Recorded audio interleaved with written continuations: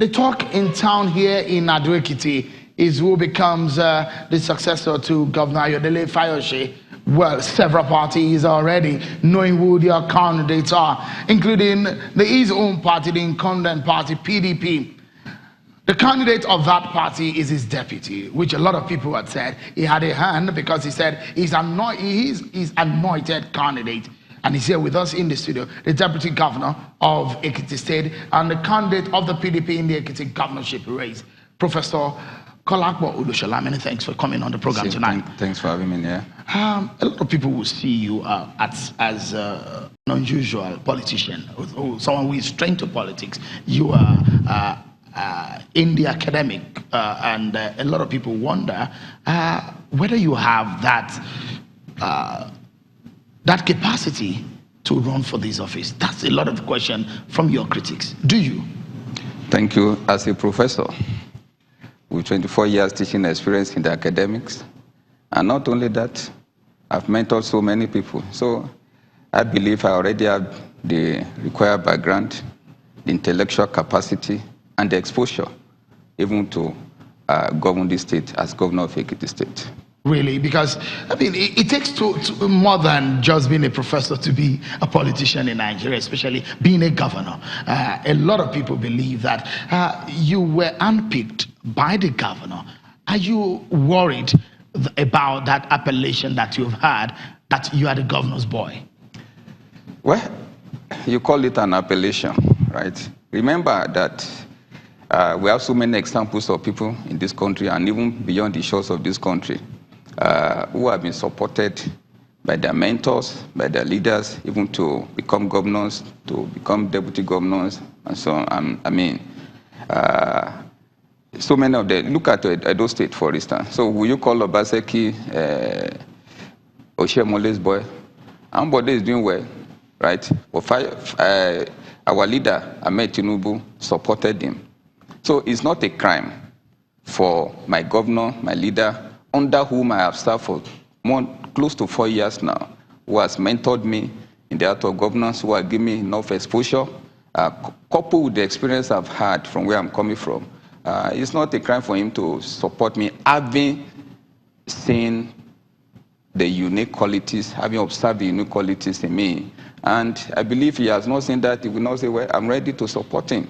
So if I'm Fayose's boy, good.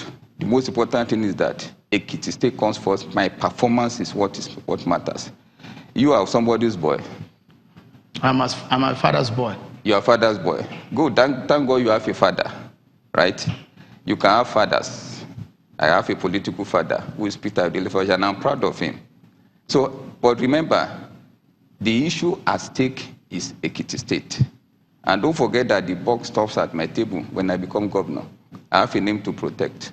So it's not a crime, right, to have learned from somebody. It's not a crime to have been supported by your leader, by your governor.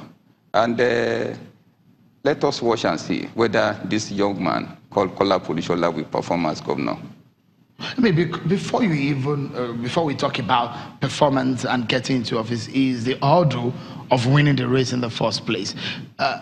Governor Fayose's name is not going to be on the ballot. Your name is going to be on the ballot. And the question is, what are you going to be telling the people of Ekiti State about someone like Dr. Fayemi, who was a former governor? A lot of the people will talk about political structure. Do you have it? I have it. Really? Yeah. Now, don't forget that when you talk about political structure, it starts somewhere. I am already part of a structure. We have a base. We have a structure on ground. And I'm proud to state this also, that I belong to the Ayofayoshe political family. Go to Lagos. You can't become governor of Lagos State without belonging to the Tinubu's political family. And what we are seeing is this. We are talking about continuity agenda, right? Continuity of good development, continuity of excellent performance in education. Don't forget, I have been his deputy governor of Ekiti State for the past 3 years, 6 months now. And by the grace of God, I've been asked to manage the Ministry of Education, to oversee the Ministry of Education. Today, we have history. We have made history history has been made. Ekiti State came first twice, back to back, 2016, 2017 in ECHO, which has never been before. Before, it has always been 29th position, 34th position, 18th position, and very poor percentage passes in WAEC. As a last exam in 2017, Ekiti State recorded 73.86%. So if I've been able to do well in education, and beyond that, I've also been able to do well in other areas that have been assigned to me by my governor. Definitely, I'm well prepared for this assignment. And the structure is intact. Are you weary of what happened in the primary? Someone like Dayo Adeyeye, the former minister, who left who says he's going to leave the party anyway, so he's aggrieved. He believed that that primary was good in your favor against some of those people who have been in the party. Are you afraid that there might be consequence to this? Well, let me correct something there. You said it's skewed in my favor. Don't forget that even Prince Dayo Adeyeye observed and commented that the whole process is fair, free, transparent, and credible. And he said openly that he was satisfied with the process. But he didn't say exactly the following day.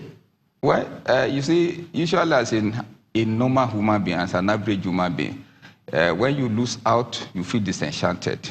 And I want to assure you that currently we are making moves also to reconcile, right?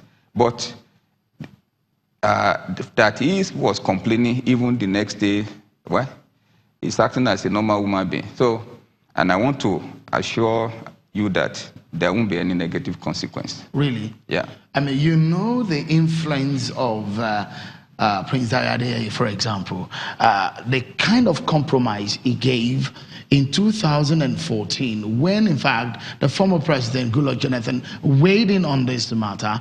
It was an open secret of how he silenced his own ambition for Governor Ayodele Fayose at the time. Those are the talks in your party at that time. And a lot of people say it's sheer betrayal. Even in your party, there are talks about that. And you think there won't be consequence? No, you see, it's good that you analyze what happened in 2014 critically. You said the sheer betrayal. No, I believe if you look back and look at what happened, right? Everybody wanted to contest. There were issues of people talking about consensus. But Governor Fayose then said, look, he didn't want consensus. He wanted everybody should go out and contest, right? I think Dayo Adeyeye made a choice then to step down, right? He made a choice to agree that, well, he is ready to allow peace, to allow peace in the party, to allow for peace in the party. And coming around this time around, everybody was given the opportunity to contest. And don't forget that I, as a person, have a right to contest. And if I have a right to contest, it will be illegal and wrong to stop me from contesting. So if I've contested by the grace of God and I'm much victorious, I don't think that should be an issue. But you believe that there is a clear case of political godfatherism playing out. Do you think so? Well, you see, when you talk about political godfatherism, to me, you are here in every contest.